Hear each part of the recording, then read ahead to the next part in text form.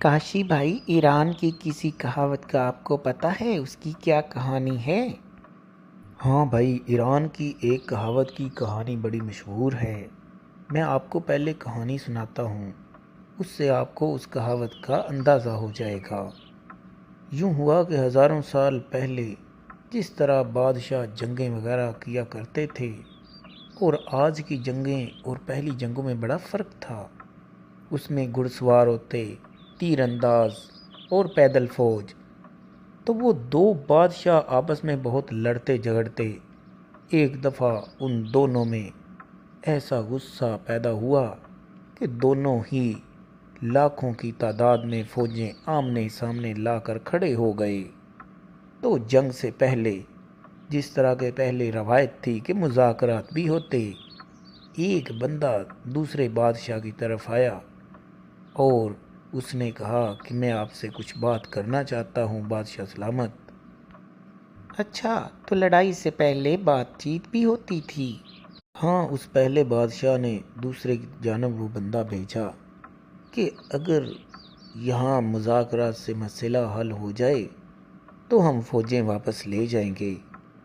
صفوں کی صفیں اس طرح کھڑی تھیں، لاکھوں کی تعداد میں نیزے باز، تیر انداز، منجنیقیں، آگ کے گولے پھینکنے والی، پتھر پھینکنے والی، اس کے علاوہ ہاتھیوں کی فوج، گھوڑ سواروں کی فوج اور اونٹوں کی، اس طرح مختلف قسم کی افواج آمنے سامنے صفیں باندھے باہر کھلے میدان میں کھڑی تھیں، اور میدان جنگ بالکل سجا ہوا تھا، یہاں تک کہ ایک اشارے سے لہو لہان اور لاشیں اس طرح بکھر جاتی۔ تو اس بادشاہ نے کہا کہ ایک دفعہ آدمی کو بھیج کر مذاکرات کی دعوت دی جائے۔ اچھا، تو یہ ویسے اچھی روایت تھی کہ مذاکرات کا بھی دروازہ کھلا رہتا جنگ سے پہلے؟ ہاں، کچھ ایسا ہی تھا، لیکن وہ دوسرا بادشاہ انا پرست بڑا تھا۔ اس نے کہا اگر میں اس کی بات مان لوں کہ ہم صلح صفائی سے واپس چلے جائیں تو پھر وہ کہیں گے کہ یہ بادشاہ تو ڈر گیا اور جنگ سے ڈرنے کی وجہ سے اس نے مذاکرات کر لیے۔ تو اس نے کہا، جو ایلچی بن کے آیا تھا، اس نے کہا بھائی ہم اسی طرح واپس چلے جاتے ہیں، خون خرابہ نہیں چاہتے، اپنی اپنی انا کو ختم کریں۔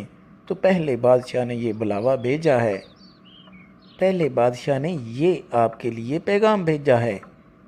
تو اس بادشاہ نے کہا نہیں، جاؤ کہہ دو اسے کہ جنگ ہو گئی، ہم تم سے نہیں ڈرتے۔ لیکن پاس ہی اس کا ایک وزیر تھا اور اس کے چند مشیر بھی، انہوں نے کہا بادشاہ سلامت رک جائیے، پہلے ذرا مشورہ کر لیں۔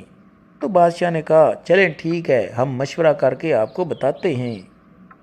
اچھا، تو اس وزیر نے آخر پھر کیا مشورہ دیا؟ اپنے مشیروں کے ساتھ مشورہ کیا تو زیادہ تر نے تو یہی کہا کہ دیکھیں آپ اگر مذاکرات کر کے واپس جاتے ہیں تو لوگ کہیں گے کہ یہ بادشاہ ڈر گیا ہے۔ تو اس ایک عقل مند وزیر نے کہا بات یہ ہے کہ ہمیں بات کرنے میں کوئی حرج نہیں، اگر بات سے مسئلہ حل ہوتا ہے تو جانوں کے ضیاع کی کوئی ضرورت نہیں، لوگوں کی جانیں بہت قیمتی ہیں، لہٰذا انا کی خاطر تو جنگ میں جانیں نہیں ضائع کرنی چاہیے۔ تو اگر جنگ ہو گئی تو یاد رکھیں ضروری نہیں کہ ہم جیت جائیں، کیونکہ سر سے پانی ایک دفعہ گزر جائے تو پھر کچھ بھی ہو سکتا ہے، جنگ جب لگ جائے گی پھر دوبارہ اسے روکنا ممکن نہیں ہوگا۔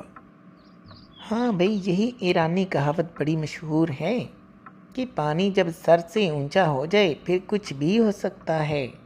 ہاں، تو اس وزیر کی تجویز بادشاہ کو پسند آئی اور اس نے کہا تم ٹھیک کہتے ہو، ایک دفعہ جنگ شروع ہو گئی تو اسے روکنا مشکل ہو جائے گا، پھر یہ بڑھے گی اور اس طرح آبادیاں جلیں گی، لوگ مریں گے۔